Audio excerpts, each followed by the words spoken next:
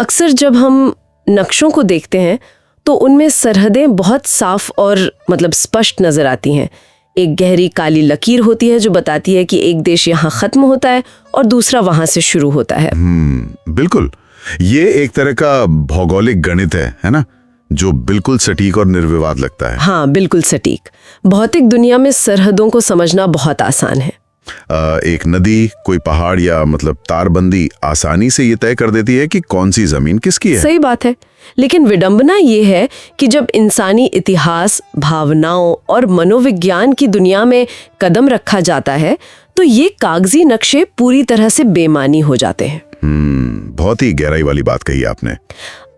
तब हमारा एक ऐसे बंटवारे से सामना होता है जो पूरी तरह से अदृश्य है, जिसकी कोई भौतिक सरहद नहीं है, लेकिन वो लोहे की किसी भी दीवार से ज्यादा मजबूत है। और यही अदृश्य दीवार आज की चर्चा का मुख्य विषय है। बिल्कुल, हमारी आज की इस गहरी चर्चा का उद्देश्य इसी अदृश्य सरहद को समझना है।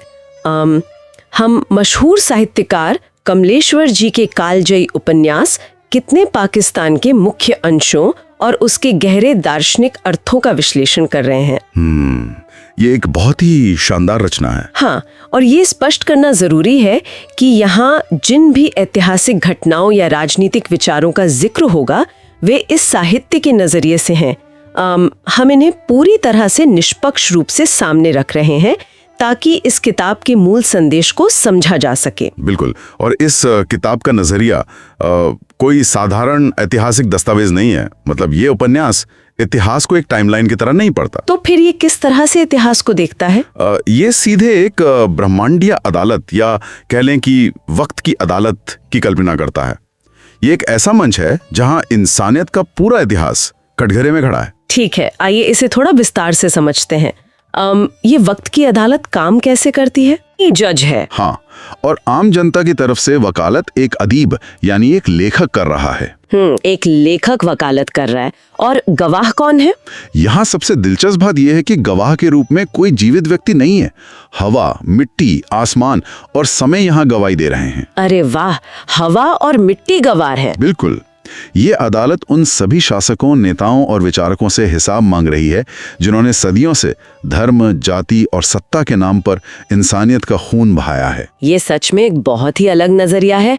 लेकिन इस पूरी कार्यवाही में पाकिस्तान का क्या मतलब है? यहाँ सबसे हैरान करने वाली बात यह है कि कमलेश्वर ने पाकिस्तान शब्द को उसकी पारंपरिक और भौगोलिक पहचान से पूरी तरह आजाद कर दिया है। अच्छा, तो फिर उनके हिसाब से ये क्या है?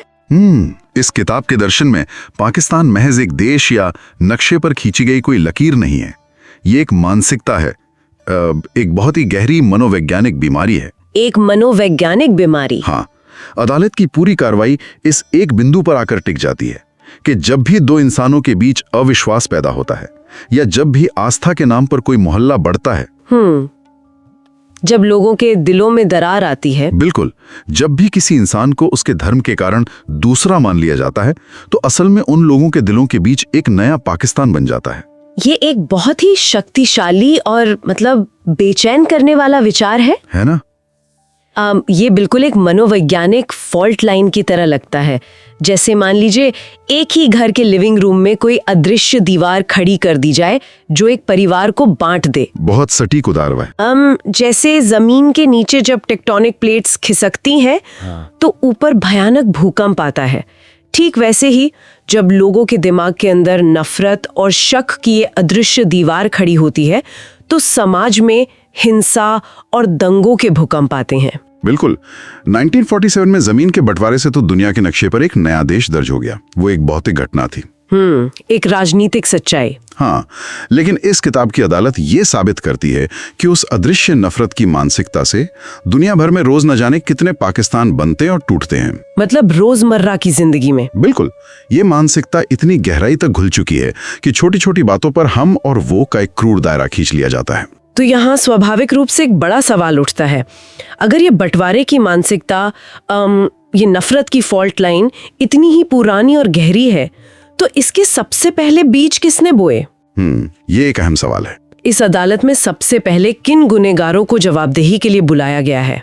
अदालत की कार्यवाही सिर्फ 20वीं सदी तक सीमित नहीं रहती। ये बहुत पीछे, मतलब प्राचीन काल के धुंधले इतिहास में जाती है। अच्छा, प्राचीन काल तक। हाँ, कटघरे में सबसे पहले प्राचीन और पौराणिक काल के शासकों की पेशी होती है। अदालत में गिलगमेश का जिक्र होता है, जिसने अमरता की तलाश में अनगिनत जानें ली। सिकंदर महान को बुलाया जाता है, जो पूरी दुनिया को जीतना चाहता था। और यहाँ तक कि महाभारत के कुरुक्षेत्र का भी गहरा उल्लेख है। रुको, कुरुक्षेत्र, ये बात थोड़ी अजीब लग सकती है। कुरुक्षेत्र या सिकंदर का आधुनिक दौर के बंटवारे से क्या सीधा संबंध है? संबंध है। मतलब क्या हम ये कह रहे हैं कि हजारों साल पहले के युद्ध भी इसी मानसिकता का हिस्सा थे? किताब का साहित्यिक नजरिया बिल्कुल यही स्थापित करता है। वक्त की अदालत में गवाही देते हुए मिट्टी कहती है कि इंसान ने शुरुआत से ही एक बहुत बड़ी वैचारिक भूल की है। वो भूल क्या है? इंसान के बहते हुए खून से ज्यादा जमीन के एक छोटे से टुकड़े को कीमती समझा है। जमीन की भूख? बिल्कुल। सिकंदर पूरी दुनिया जीतना चाहता था, लेकिन अंत में खाली हाथ गया। कुरुक्षेत्र में सुई की नोक बराबर जमीन के लिए महाविनाश हुआ। तो अदालत इन प्राचीन घटनाओं से क्या साबित करना चाहती है? अदालत ये रेखांकित करती है कि जमीन और सत्ता की ये अंधी भूख ही वो मूल वायरस है जो आगे चलकर धर्म और राजनीति का रूप ले लेता है। किसी भी युद्ध ने आज तक आम इंसान का भला नहीं किया है। ये एक बहुत ही गहरा नजरिया है कि कैसे सत्ता की भूख इंसानियत को खा जाती है।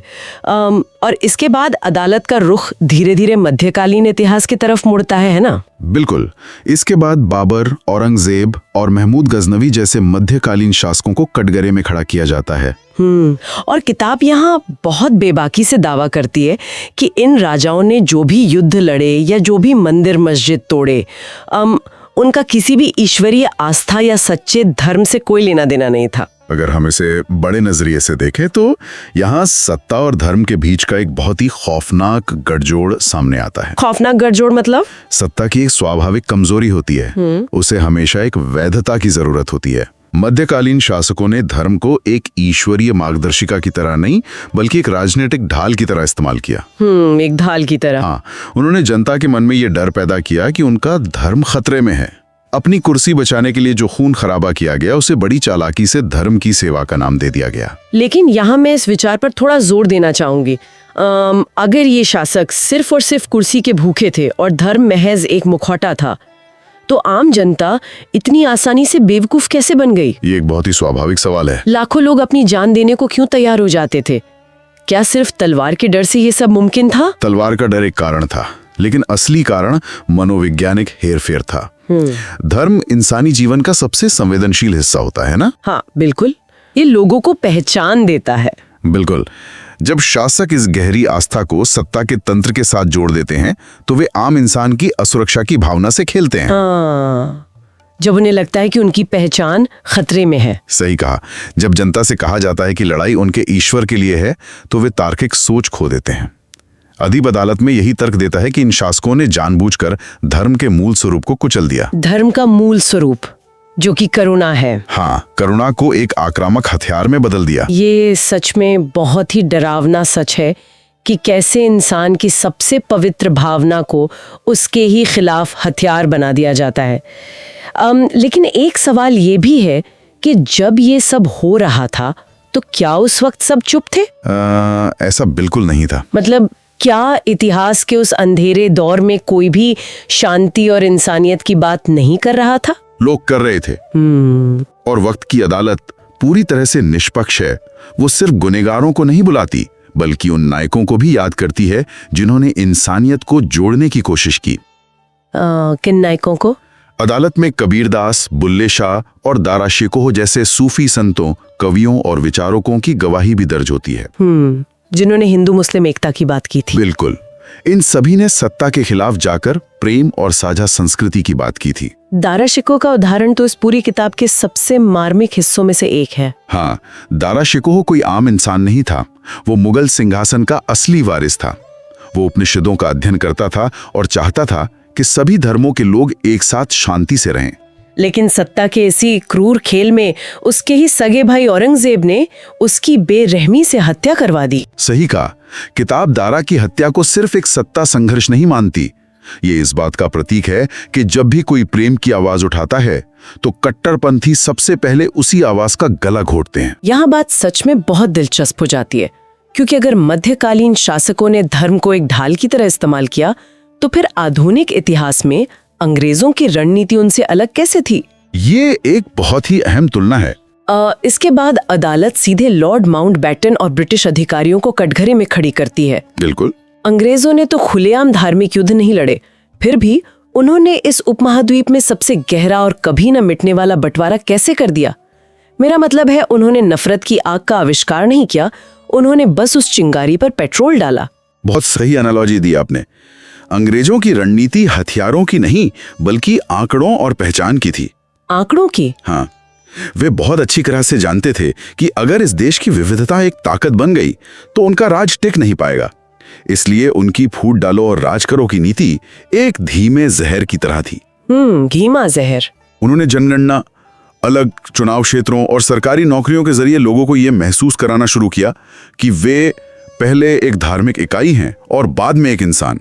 इसे अगर आज के संदर्भ में समझा जाए तो अंग्रेजों की यह रणनीति किसी खतरनाक वायरस की तरह थी, जिसने सदियों पुराने सामाजिक कोड को पूरी तरह से हैक कर लिया। बिल्कुल हैक कर लिया। उन्होंने बस समाज के अंदर मौजूद छोटी छोटी असहमतियों को पकड़ा और उन्हें एक अस्तित्व के संकट में बदल दिया।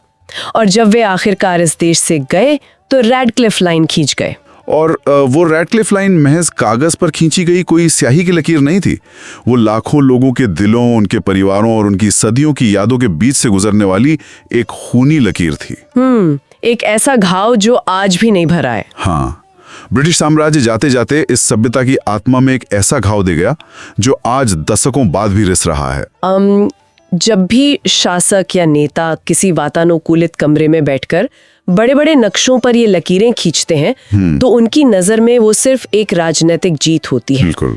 लेकिन उस लकीर की असली कीमत कौन चुकाता है? वक्त की अदालत कूटनीति से हटकर सीधे 1947 के बंटवारे में आम इंसान के दर्द पर आती है। 1947 की त्रासदी का जो वर्णन इस अदालत में होता है, वो सच में झकझोर देने वाला है। आम जनता ने इसकी कीमत लाशों से भरी ट्रेनों और औरतों के बलात्कार के रूप में चुकाई। हाँ, नेता और अधिकारी तो सुरक्षित हवाई जहाजों या कड़े पहरे में सरहदों के इस पार से उस पार चले गए, लेकिन अदालत के सामने उन ट्रेनों का खौफनाक मंजर पेश किया जाता है जो लाशों की मालगाड़ी बन चुकी थी। अदालत में उन मासूम औरतों और बच्चों की चीखें गूंजती हैं जिनका इस पूरी राजनीति से कोई लेना देना ही नहीं था। हाँ, बिल्कुल नहीं था। इसी भयानक इतिहास के बीच किताब एक बहुत ही व्यक्तिगत कहानी बुनती है, अदीब और सलमा की कहानी। सलमा और अदीब की कहानी इस पूरे महाकाव्य की जान है। उनका प्यार किसी धर्म, जाति या सरहद की दीवार को नहीं जानता था। वे बस दो इंसान थे जिनकी रूहें आपस में जुड़ी हुई थीं। लेकिन बंटवारे ने सब कुछ खत्म कर दिया। हाँ, उस राजनीतिक तूफान ने उनके इस मानवीय रिश्ते को पूरी तरह कुचल कर रख दिया। सलमा को मजबूरी में पाकिस्तान जाना पड़ा और अदीब हमेशा के लिए भारत में ही रह गया। मैं गहराई से ये सोचती हूँ कि जब भी नए देश बनते हैं या बंटवारे होते हैं, तो सबसे पहले प्यार, परिवार और रिश्ते ही क्यों टूटते हैं? इससे एक बहुत बड़ा सवाल पैदा होता है और किताब इसका बहुत ही दार्शनिक जवाब देती है। वो जवाब क्या है? सलमा यहाँ सिर्फ एक बिछड़ी हुई प्रेमिका नहीं है, वो हर उस विस्थापित व्यक्ति का प्रतीक है जिसे सत्ता के खेल में बेघर होना पड़ा। रिश्ते इसलिए टूटते हैं क्योंकि बंटवारा सबसे पहले इंसान की प्राकृतिक पहचान पर हमला करता है। यह आपसे कहता है कि आप एक प्रेमी या पड़ोसी होने से पहले महज एक विशेष धर्म के अनुयायी हैं। ये थोपी गई राजनीतिक पहचान इंसानियत को मार देती है। बिल्कुल, और जब इंसानियत मरती है तो प्रेम सबसे पहले दम तोड़ता है। ये एक गहरी विडंबना है। लेकिन चलिए इतिहास में थोड़ा और आगे बढ़ते हैं। हाँ, बताइए। अगर थोड़ी देर के लिए ये मान लिया जाए कि धर्म के नाम पर देश बनाने से सच में सारी समस्याएं हल हो जाती हैं, तो क्या पाकिस्तान बनने के बाद वहां शांति रही? ये एक बहुत ही महत्वपूर्ण सवाल है। इस सवाल का जवाब इतिहास की अगली सबसे बड़ी घटना देती है, 1971 का युद्ध और बांग्लादेश का निर्माण। बिल्कुल, किताब यहाँ वक्त की अदालत में एक अचूक तार्किक सवाल पूछती है। अगर धर्म ही वो गोंद है जो लोगों को हमेशा के लिए जोड़कर रख सकता है, तो फिर 1971 में बांग्लादेश क्यों बना? क्योंकि वहां मुसलमानों ने ही मुसलमानों का खून बहाया था। हाँ, पाकिस्तान के दोनों हिस्सों में एक ही धर्म को मानने वाले लोग थे, लेकिन पश्चिमी हिस्सा पूर्वी हिस्से की भाषा और उनकी बंगाली संस्कृति को कुचलना चाहता था। मतलब यहाँ धर्म काम नहीं आया, भाषा और संस्कृति का विवाद भारी पड़ गया। सही कहा। 1971 का ये युद्ध दुनिया को ये साबित कर देता है कि धर्म कभी भी लोगों को बांध कर रखने का स्थायी धागा नहीं हो सकता। तो जब धर्म का नशा उतरता है तो क्या होता है? सत्ता, भाषा, क्षेत्र या संस्कृति के नाम पर एक नया बंटवारा कर देती है। कारगिल युद्ध हो या देश के अंदर के दंगे, हम हर बार नफरत की एक नई दीवार खड़ी कर देते हैं। हर बार एक नया पाकिस्तान जन्म लेता है। तो आखिर इन सब का मतलब क्या है? इन तमाम ऐतिहासिक गवाहियों, टूटे हुए प्रेम और सदियों के खून खराबे के बाद वक्त की अदालत किस आखिरी नतीजे पर पहुंचती है? वक्त की अदालत का अंतिम फैसला बेहद स्पष्ट है।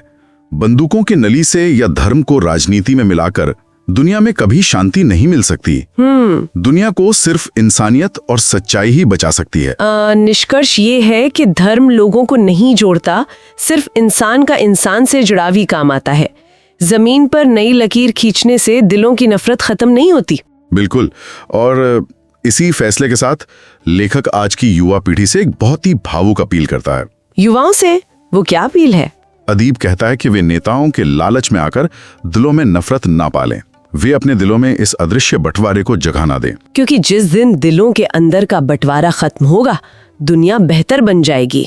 हाँ, जिस दिन वो नफरत की मानसिकता खत्म होगी, केवल उसी दिन ये दुनिया रहने लायक बन पाएगी। तो इस गहरी चर्चा का सार ये है कि कितने पाकिस्तान सिर्फ बीते हुए कल की कहानी नहीं है, बल्कि ये आज के समाज के लिए एक चेतावनी है। हमें अपने अंदर की नफरत को पहचान कर उसे खत्म करना होगा। बिल्कुल सही कहा। जब तक हम अपने भीतर के इन अदृश्य नक्शों को नहीं मिटाएंगे, तब तक हम इतिहास दोहराते रहेंगे। और इसी बात से वो विचार ध्यान में आता है जिससे इस चर्चा की शुरुआत हुई थी। अब एक पल के लिए ये सोचिए, अगर वक्त की अदालत आज से ठीक 100 साल बाद दोबारा बैठे। 100 साल बाद? हाँ, जज की कुर्सी पर फिर से समय हो और गवाह के कटघरे में यही हवा और मिट्टी हो, तो क्या इंसानियत उस समय भी कटघड़ी में खड़ी होकर माफी मांग रही होगी, या हम आखिरकार इस नफरत की मानसिकता से आजाद हो चुके होंगे? ये एक बहुत ही गहरा सवाल है। क्या हम इतिहास दोहराएंगे या कुछ नया लिखेंगे? ये चुनौती हर उस इंसान के लिए है जो एक बेहतर दुनिया का सपना देखता है। इसी विचार के साथ आज की ये चर्चा यहीं समाप्त करते हैं। श्रोताओं का साथ जुड़ने के लिए बहुत बहुत धन्यवाद। मिलते हैं अगली बार एक नए विषय के साथ। तब तक अपने भीतर के नक्शों को साफ रखने का प्रयास जारी रखें।